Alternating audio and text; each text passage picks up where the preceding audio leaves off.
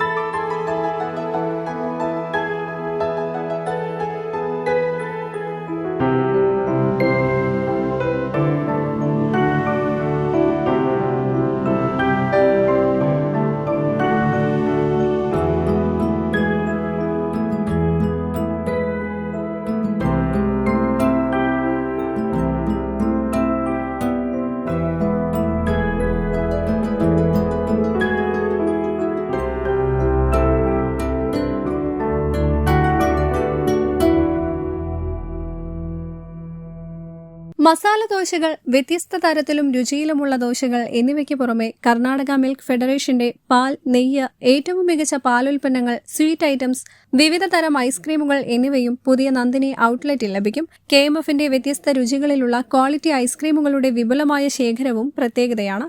നന്ദിനിയുടെ 24ാമത്തെ ഔട്ട്ലെറ്റാണ് ഇവിടെ ഉദ്ഘാടനം കഴിഞ്ഞിരിക്കുന്നത്. ഇതുപോലെ കേരളത്തിലെ എല്ലാ താലൂക്കുകളിലും വരുന്ന ആളുകളിൽ ഔട്ട്ലെറ്റുകൾ വരുന്നുണ്ട്. കൂടാതെ പഞ്ചായത്തുകൾ B ക്ലാസ്, C ക്ലാസ് ഔട്ട്ലെറ്റുകളും വരുന്നുണ്ടാവും. നന്ദിനിയുടെ പ്രൊഡക്റ്റുകൾ നിങ്ങൾക്ക് എല്ലാവർക്കും അറിയുന്നത് പോലെ മിൽക്ക് റിലേറ്റഡ് പ്രൊഡക്റ്റുകളാണ്.